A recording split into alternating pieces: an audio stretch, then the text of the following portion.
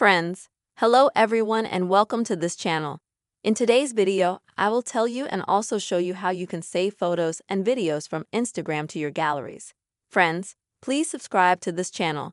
Also put your likes and write your comments at the end of the video. And let us with you get started with this video clip.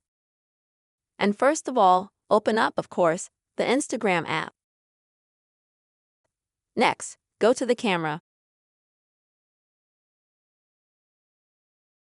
And let's say if you're here taking some photos or you're taking some videos, take a picture with your Instagram camera.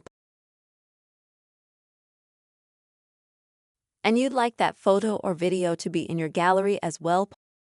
So in the upper right-hand corner, click on the three dots. And then click Save here. And now if you go to your phone's gallery, you'll be able to see that the photo has been saved to the gallery. So you can save any unedited or already edited photos and videos.